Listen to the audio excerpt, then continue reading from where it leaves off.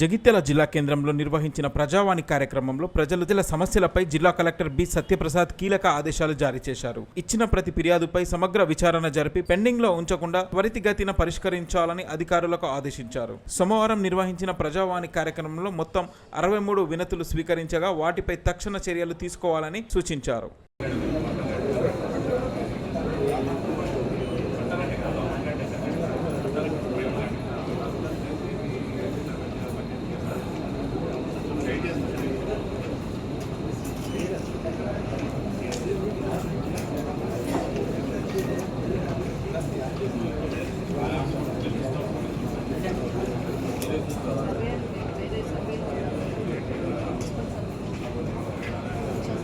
Employment officer, database closer.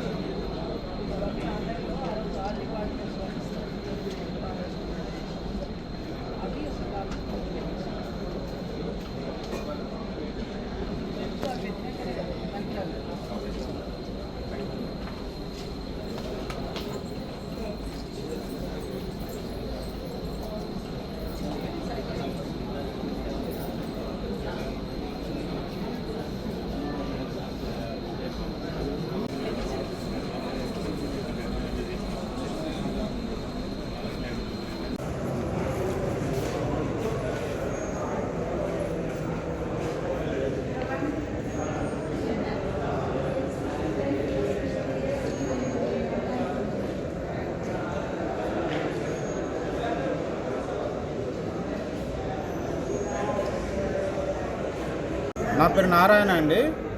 తాండ్యాల Kathlapur మండలము. మేమందరము Sahara India సంస్థ బాధితులము.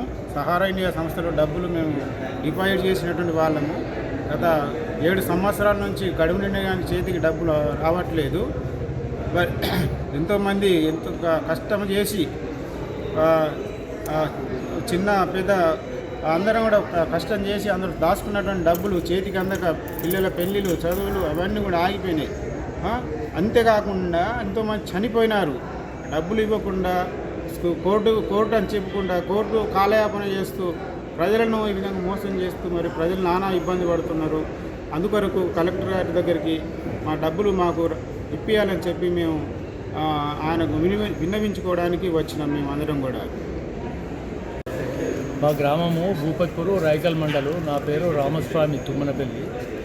నేను గత 12 సంవత్సరాల నుంచి డబ్బులు అడుగుతూనే ఉన్నాము. వాళ్ళు రీఇన్వెస్ట్మెంట్ వేసుకుంటూ అనుకుంటా మాకు మభ్య పెట్టి పరేషాన్ చేస్తుర్రు. మా ఖాతాదారులు మా ఇళ్ళకి వచ్చి గొడవ చేస్తుర్రు. ఇప్పటికీ ₹1 కూడా వస్తలేదు.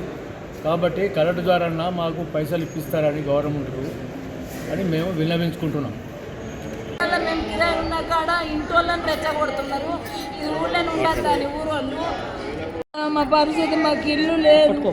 మేము ఇవాళ మాదేంలో కురితే సొంత గ్రామం. నా భర్తలు అమ్మడు అయినా నేను గొల్లామని సార్ ఈ పిల్లని పట్టుకొని మా అమ్మకి యాక్సిడెంట్ అయింది. అమ్మకు మేము సారు మాకు బ్రోకర్ లెక్క యూతుంది సారు. ఇక నరసింహరావు వాటి బతుకుడా సచ్చుడా. ఆయన ఒక కార్యకర్త అందరినీ సారు సవరించుకోవాలి. సారు ఒక్క ఓళ్ళలో వాళ్ళ పార్టీలో చెప్పుకుంటాను. మంత్రి గారు వచ్చిండ్రని మెట్పల్లి మార్కెట్కి నేను పోయినా. కలెక్టర్ గారు సార్ కూడా వచ్చిండు. నేను ఇవి ఇచ్చిన పిటిషన్లు ఇస్తే నన్ను పట్టించుకోరు సార్, మా పరిస్థితికి ఇట్లున్నదని అంటే నువ్వు ఎవరికి చెప్పుకుంటావు చెప్పుకపో, నీ తోటి ఏమి కాదు అని చేతులకు వెళ్ళి పేపర్లు పుంజుకున్నారు నరసింహరావు. మరి ఆయన ఎంపీ కాదు, ఎమ్మెల్యే కాదు, ఒక పార్టీ కార్యకర్త. మాట్లాడితే నరసింహారావుతో నేను మాట్లాడితే నీకు ఎవరికి ఎప్పుడో చెప్పకపో ఇల్లు కగ్గి పెట్టి పిత్తమా అన్నాడు. మంత్రి గారు కూడా ఉన్నారు పాపం, ఫోన్ చేస్తే రెస్పాండ్ ఇచ్చిండ సార్ నువ్వు ధర్మపురి రామ్మని. ఈయన ఒక పార్టీ కార్యకర్త, అందరూ జబరించుకోవాలి. మరి ఇప్పుడు మా ఇద్దరు సేవలు ఇన్నే ఉండాలి, మాకు న్యాయం జరగకుండా ఇమీడియట్ల మీద కేసు కావాలి. సున్నం సత్యం దగ్గరికి వెళ్ళి మా పైసలు కూడా వసూలు రేపులు వేసుకుంటాం. నాకే గవర్నమెంట్ ఇల్లు వద్దు, నాకేదద్దు సార్, నా జాగు ఉన్నది 2 ప్లాట్లు సార్, మేము బతము సత్త చేస్తాం సార్. గతంలో కూడా మేము ఎన్నో బాధలు ఇచ్చినాం సార్. వాళ్ళకైనా ఇంతకన్నా ముందు ఇద్దరు ఎంఆర్ఓ లంచం తీసుకొని వాళ్ళని బంధుకు పెట్టింది. నరసింహారావు ఫోన్ చేయాలా, బంధుకు పెట్టాలి. నరసింహారావు ఫోన్ చేయాలంటే బంధుకు పెట్టాలా సార్. నేను ఎన్నిసార్లు తిరగాల సార్. నన్ను సున్నా సత్తానికి పైసలు అడుగుతా చూడ కుక్కలు నెగబెట్టిండు సార్. నా మీదకి కుక్కలు నెగబెట్టి ఒక ఆడిదని నన్ను చూడక నా బట్టలు మొత్తం గుంజిండు సార్. కంప్లైంట్ చేసిన, అది అంతా పెండింగ్లు ఉన్నది సార్. నా పట్టించుకుంటా లేదు సార్. మమ్మల్ని ఎవరు పట్టించుకుంటా లేదు.